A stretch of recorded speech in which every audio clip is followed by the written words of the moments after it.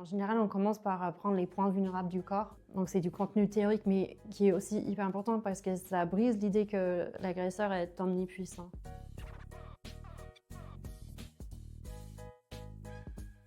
Chaque année, les violences contre les travailleurs et les travailleuses du sexe explosent. Et non, les lois qui criminalisent le travail du sexe, comme la pénalisation des clients, ne protègent personne. Elles marginalisent, éloignent de la santé, obligent à travailler dans l'ombre, dans des zones où les risques sont immenses. Médecins du Monde agit sur le terrain pour briser l'isolement.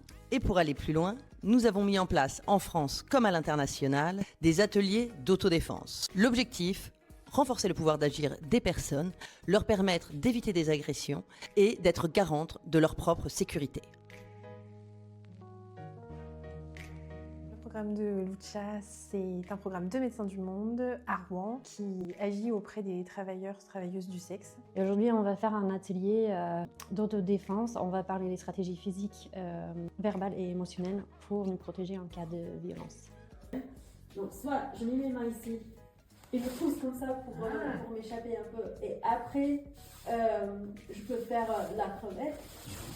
On avait vu. Ok. Et on va faire un coup avec l'avant-bras, comme ça. Je vais faire doucement, avec un bruit. Et un. Yes, super.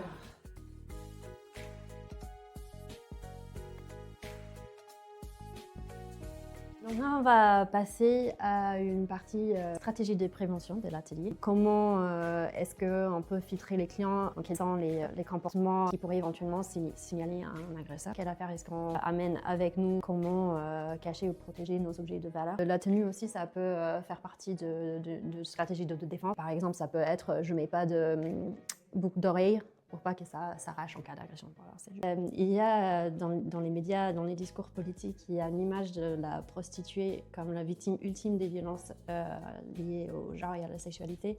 Mais en fait, cette vulnérabilité est exacerbée par les lois répressives comme la pénalisation des clients. L'autodéfense, c'est une manière d'augmenter notre autonomie corporelle et augmenter notre autodétermination.